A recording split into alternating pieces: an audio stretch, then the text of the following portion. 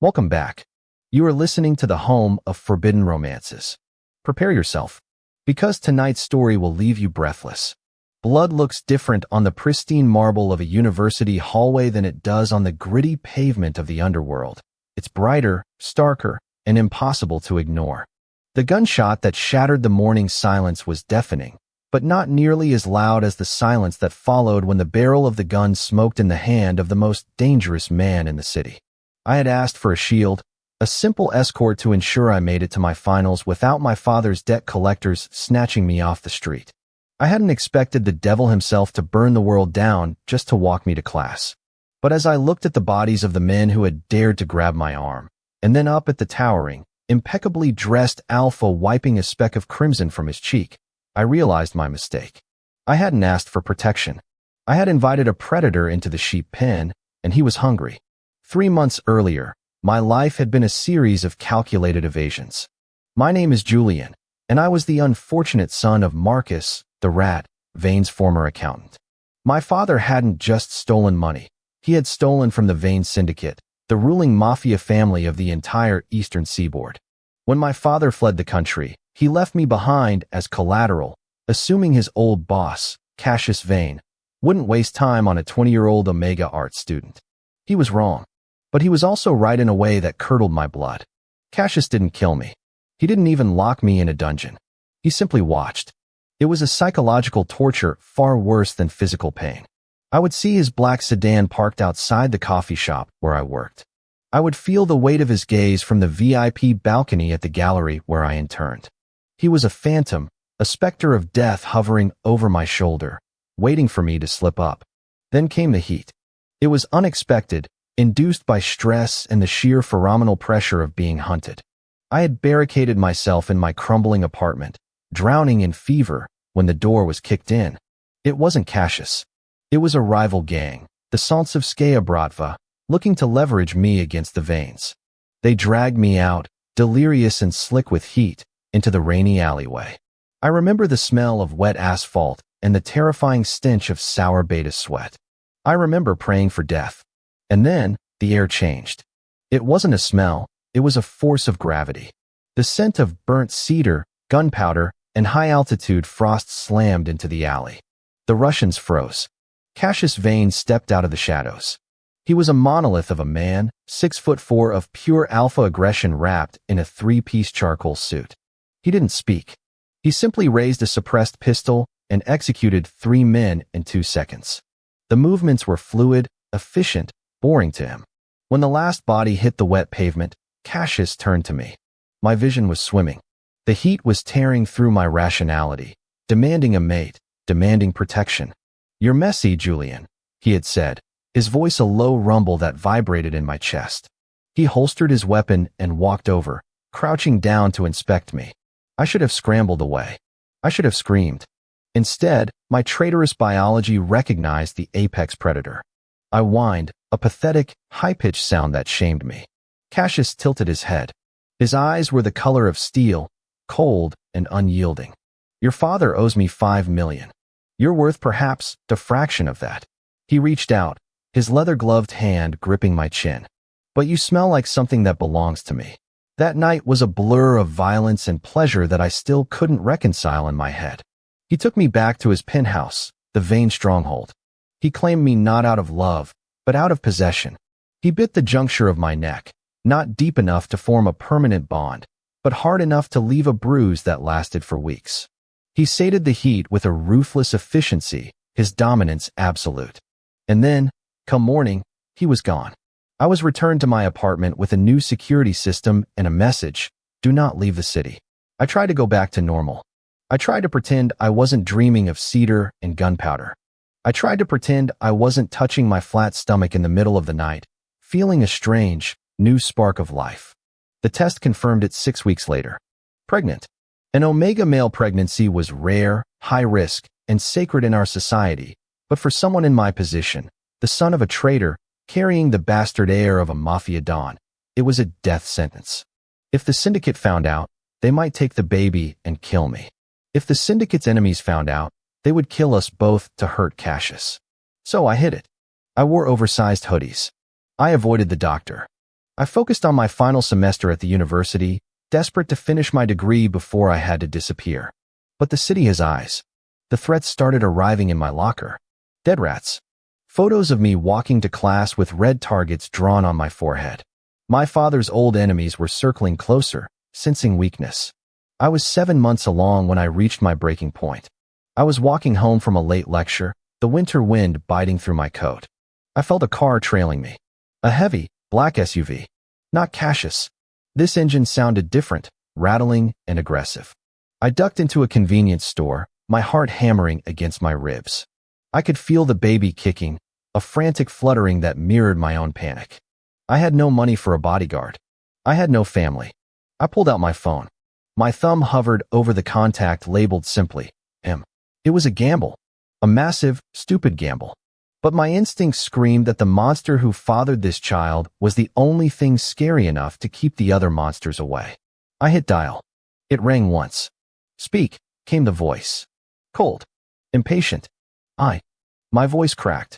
I cleared my throat, trying to summon the courage that had allowed me to survive this long. I need a favor. A pause. You are alive because I allow it, Julian. You do not ask for favors. I'm at the university.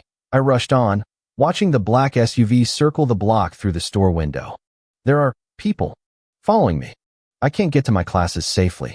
I can't finish my degree if I'm dead. And this concerns me. Why? I squeezed my eyes shut, my hand drifting to the swell of my belly hidden beneath my coat. I couldn't tell him. Not over the phone. Not yet. Because if I die, you never get the rest of what my father owes you. A low, dark chuckle resonated through the line. Is that so? Please. I whispered, the desperation leaking through. I just need to get to school. I just need to feel safe for one day. Walk me in. Just walk me to the gate. They won't touch me if you're there. Silence stretched for 10 agonizing seconds. I thought he had hung up. Tomorrow morning. 8 a.m. Be ready. The line went dead. The next morning, the air was crisp and cold. I stood on the curb outside my apartment building, shivering in my thickest coat. I had wrapped a scarf multiple times around my neck and chest to obscure my silhouette. At exactly 8 a.m., the street rumbled. It wasn't just one car. It was a motorcade. 3 matte black armored SUVs rolled down the narrow street, blocking traffic. They moved with the precision of a military unit. The middle vehicle, a sleek Rolls-Royce Phantom, glided to a halt in front of me. The back door opened. Cassius sat inside. He looked like a king on his throne, dressed in a navy suit that cost more than my tuition, a long cashmere coat draped over his shoulders. He didn't smile. He just tapped the seat beside him. Get in. I climbed in, the scent of the car hitting me, leather in him. My inner Omega preened, feeling safe for the first time in months, while my rational brain screamed that I was entering the lion's den. The drive to the university was silent. Cassius worked on a tablet, seemingly ignoring me. But every time the car turned, his leg brushed against mine, sending jolts of electricity through my nerves. You've gained weight, he commented without looking up. I froze. Stress eating. You smell different too. Sweeter. Like milk and fear. He finally turned to look at me, his eyes narrowing as they swept over my bulky form. Are you sick, Julian? No. I lied, my heart rate spiking. Just tired. He stared at me for a moment longer, his gaze piercing, calculating. I knew he didn't believe me. Cassius Vane didn't become the head of the family by being gullible. But the car was already pulling up to the university gates. We're here, I said, reaching for the door handle. Thank you. You don't have to. I said I would walk you. Cassius interrupted. The driver opened the door. Cassius stepped out first. The atmosphere on campus shifted instantly. This was a prestigious arts university, filled with trust fund kids and intellectuals. They weren't used to men like Cassius. He stood on the pavement, adjusting his cufflinks, radiating an aura of absolute menace. When I stepped out beside him, the whispers started immediately. Asterisk, is that Julian? Who is that man? Is that the Vane crest on the car? Asterisk. Cassius held out his arm. It was a command, not an offer. I took it. We walked through the main gates. Students parted like the Red Sea. I kept my head down, humiliated yet undeniably empowered. The man who owned the city was my escort. The SUV that had been stalking me was nowhere to be seen. Head up, Cassius murmured, his voice low and dangerous near my ear. If you walk like a victim, you will be eaten. Walk like you own the ground beneath your feet. I straightened my spine. We moved toward the arts building. Mr. Vane. The shout came from the left. A man in a security uniform, but wearing the wrong shoes, heavy combat boots, was pushing through the crowd of students. 2 others were behind him. My blood ran cold. The Bratva. They were bold enough to try something here, in broad daylight. Get behind me, Cassius said. His tone was casual, bored even. Cassius Vane, the lead assassin shouted, drawing a jagged knife. Guns would draw too much attention too quickly, but a knife in a crowd was intimate and deadly. The circle sends its regards. The students screamed and scattered. I stumbled back, my hand instinctively covering my stomach. Cassius didn't flinch. He didn't even unbutton his coat. As the attacker lunged, Cassius stepped inside the guard, caught the man's wrist, and twisted. The snap of bone was audible. The knife clattered to the ground. With a fluidity that defied his size, Cassius spun the man around, using him as a human shield as the second attacker lunged. He kicked the second man in the knee, shattering the joint, then threw the first man into the third. It was over in seconds. But the violence wasn't done. Cassius drew a silver pistol from a shoulder holster beneath his coat. The campus went deathly silent. He walked over to the lead attacker, who was writhing on the ground, clutching his broken wrist. Cassius placed a polished boot on the man's chest. Who sent you? Cassius asked. Go to hell, the man spat. Cassius looked up, scanning the horrified crowd of students, professors, and onlookers. He saw the fear. He saw the judgment. And then his eyes landed on me. He saw me clutching my stomach, my face pale, my body trembling. Something in his expression fractured.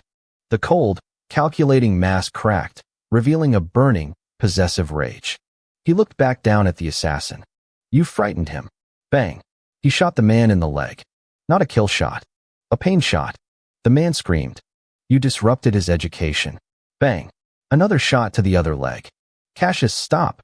I cried out, stepping forward. Please stop. He turned to me, the gun still raised. The smell of his pheromones was overwhelming now, burnt ozone and aggressive, protective musk. He was flooding the area, marking his territory. He walked toward me, ignoring the wailing man on the ground. He stopped inches from me, his eyes dropping to my stomach. He reached out, his hand tearing open the buttons of my coat before I could stop him. My secret was revealed. The round curve of my belly, 7 months along, was undeniable against my tight sweater. The crowd gasped. The silence was heavy, suffocating. Cassius stared at it. His pupils dilated until his eyes were almost entirely black. He didn't look angry. He looked awestruck. And then, terrifying.